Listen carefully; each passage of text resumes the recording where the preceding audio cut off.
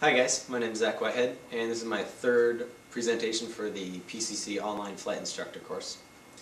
So I often hear people talking about pilots, especially helicopter pilots, like we're some kind of crazy adrenaline junkies out for a thrill. And, well, that's probably true to some degree. I mean, we should certainly like excitement. Helicopters are exciting. We're not training to become professional adrenaline junkies. We're training to become good risk managers. Because there are a lot of risks involved in helicopters, but we're looking to minimize those risks as much as possible. And I feel that a pretty large majority of our training, beyond just learning how to fly the thing, is how to do it safely and keep everything going smoothly. So today I'm going to talk a bit about the aeronautical decision-making process and some things we can do to spot these risks and how we can minimize them. So the two things I'm going to talk about are the decision-making process itself and the different things that make up the situation that we need to be aware of. Situational awareness. So first let's talk about the situation. One of the main and most obvious things that comes into play is us, the pilot.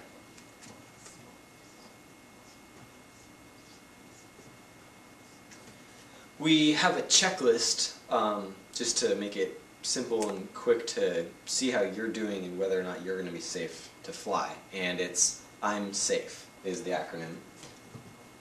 The I stands for illness. For pretty obvious reasons, being sick can impair your ability to be a good pilot. And at the very least, if you've got plugged up sinuses, it's not very fun to go up and down thousands of feet every few minutes. Next is medical. And all of these things can have a lot larger effect than you might think, so it's definitely worth taking them seriously.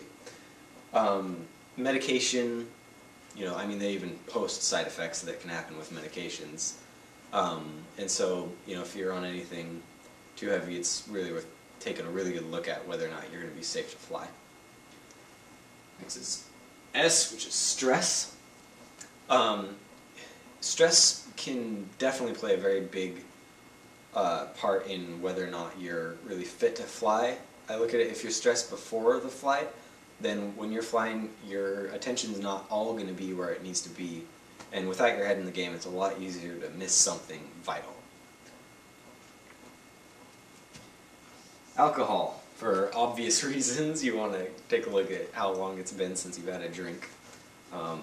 Being under the influence while flying is a horrible idea.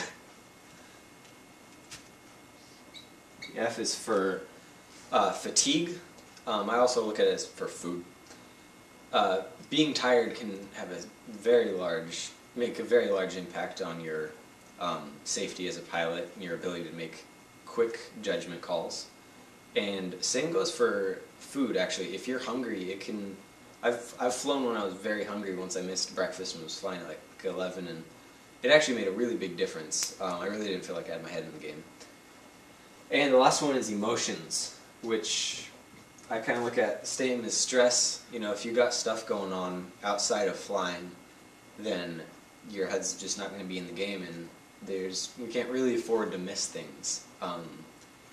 So, yeah, this checklist also, keep an eye on it while you're in flight. All this stuff isn't just going to apply before you go up. Things can change when you're up. It's very easy to get stressed while you're flying. So just take a good look at these things before you fly. Next is going to be the aircraft. Let's put it AC. Things with this is obviously you want to make sure that the aircraft is up to date in all of its maintenance. You can look through the aircraft logbooks to make sure everything is good there. Just put maintenance.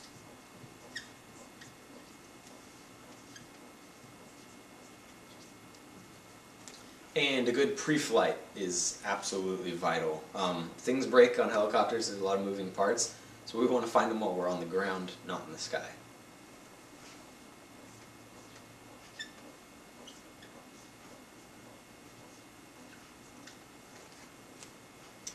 Next up is the environment, and certainly this would include weather, which can play a very large role in how our flight goes. And depending on where you're flying, weather can change quite drastically. I mean, today I was going to fly and the winds got super gusty and I canceled, and then it calmed back down about an hour later, and I was like, alright, let's go for it. And then right before I headed out there, I checked again and the winds had come back up. And so, I mean, you know, this is just sitting here at Troutdale, not to mention flying 20 miles away. So weather's really something to keep your eye on considerably before your flight, and then as you come up to it, and then right before you go. And then keep your eye on it while you're flying.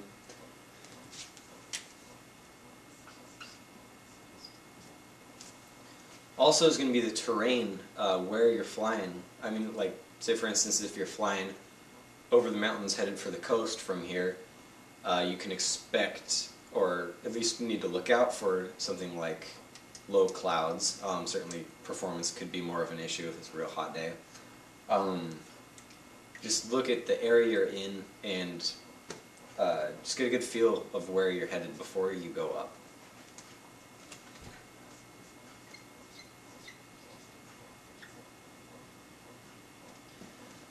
Also, I would look at, you know, what are you going to run into as far as, say, like, you know, traffic, or who are you going to have to be talking to as you go, what airspaces are you going to be in, and what is the airport or landing site that you're headed for like, and what can you expect when you get there. The more information you have before you go up, the better off you're going to be. And last is the operation.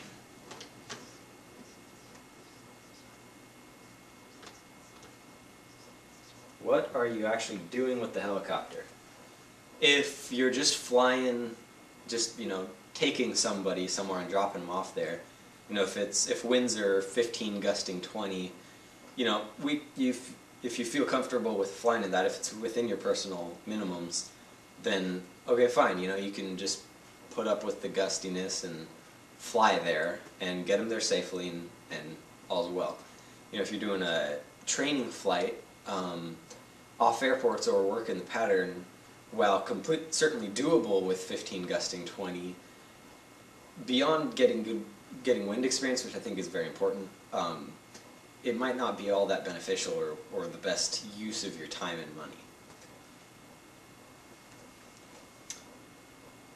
And you know, one other thing I think is worth saying about the situation is, you know, I mean, once you get, so this all applies, of course, whenever you're flying, but you know, once you've got your private license, you're logging all those hours as PIC, and as PIC, you're supposed to be taking authority and taking responsibility for the entire flight and everything involved. And this involves a lot. I mean, there's a lot going on, but my point with this is, don't be afraid, you know, with the pilot.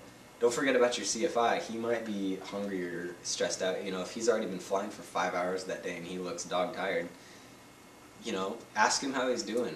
See if he wants to just cancel. I'm sure he won't be upset about it, and I'm sure Hillsborough would rather have, or whatever flight school you're at, would rather have a canceled flight than a crashed helicopter.